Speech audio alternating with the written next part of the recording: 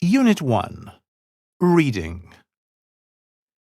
Dirty dishes in the sink, dusty furniture, grubby carpets, filthy floors, unmade beds, overflowing rubbish bins, and smelly laundry in the basket. Could you live in such a mess?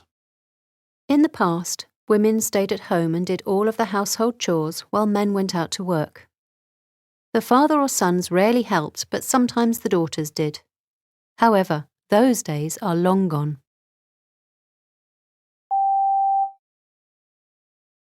But despite this change, many teenagers believe that their parents, and more particularly their mothers, are the only ones who should pick up, tidy, wash, clean and clear. Are you one of those teens? Or do you help out? It's a sad fact that just when children are mature enough to really help in the house, they become too involved with their schoolwork, part-time jobs and other activities to be of much help. They always seem too busy to lend a hand around the house. Even so, teenagers should be careful not to make extra work for others.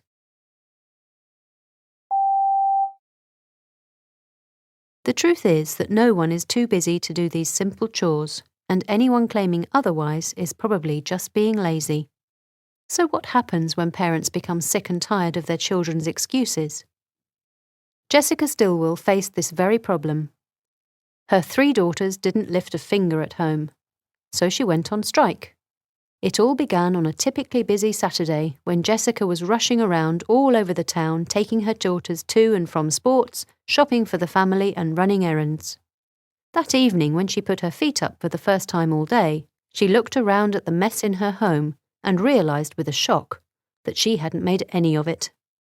Stilwell went on strike there and then and stayed on strike for 6 days.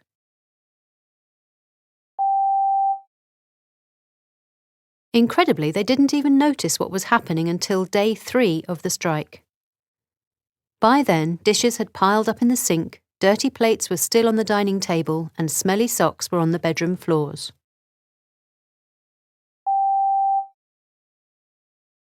It wasn't until day 5 that the girls started to clean up the house, blaming one another for the mess. During the clean-up, Stilwell sat on the sofa drinking coffee that her daughters had made for her. Stilwell says it was shocking to see how much of what she did for her children were things that they were perfectly capable of doing on their own. She hadn't asked them to help because she didn't want to argue with them, or because it was faster and simpler to do it herself.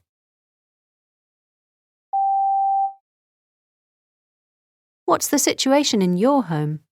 Do you do your fair share, or do you expect others to clean up after you? If your mum or dad went on strike, who would break first, them or you?